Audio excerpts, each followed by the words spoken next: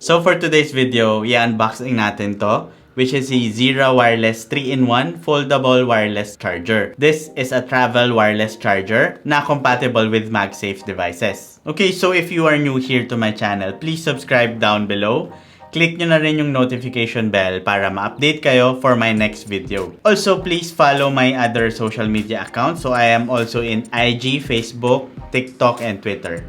So first, thank you to Zeera Wireless for sending this one for us to unbox here on our channel and matest natin if okay ba itong foldable travel wireless charger nila. And actually,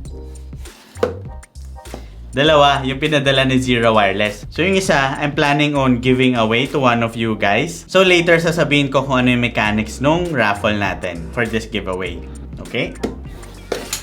So if you don't know Zeera Wireless is a company that sells charging solutions to our Apple devices. So they have other charging options like yung 3-in-1 na charging dock. They also have power banks. And nagkaroon ako ng unboxing noon. So link in the description down below. So check nyo na lang din yon. So let's do the unboxing.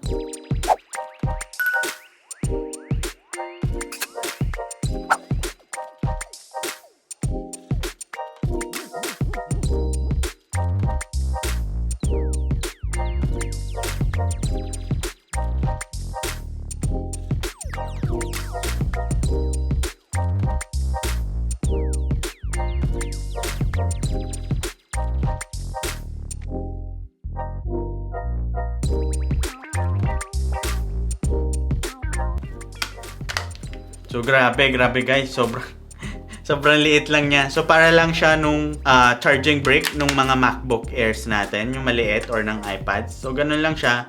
And then sobrang nipis niya lang. So perfect na perfect for travel.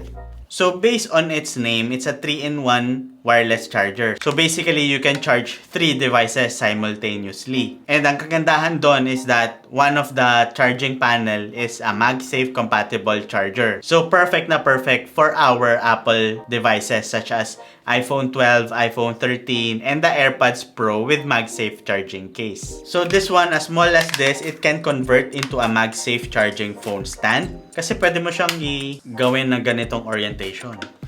So there are 3 panels. One panel is for MagSafe charging, and this one can charge up to maximum of 15 watts. And the second panel is to charge the Apple Watch. And on this panel, it can charge your Apple Watch up to maximum of 2.5 watts. And then the last charging panel is a Qi wireless enabled charger. So you can charge your Qi wireless devices here as well. So it can charge naman your devices up to a maximum of 5 watts. And then it comes with a 2 LED indicator on top. So when you are not charging anything, yung light niya is color red. And then when you charge your devices, magiging color blue na siya. And then on top, here's the USB-C slot in which you can use the included USB-C to USB-C cable to charge your devices. So ang dadalhin mo na lang is yung brick. So depende yon kung anong watts niya. So just make sure na it is also not less than 15 watts para syempre ma-maximize natin yung 15 watts na output. So let's talk about naman the looks of this 3-in-1 foldable charger. So ang ganda ng texture niya.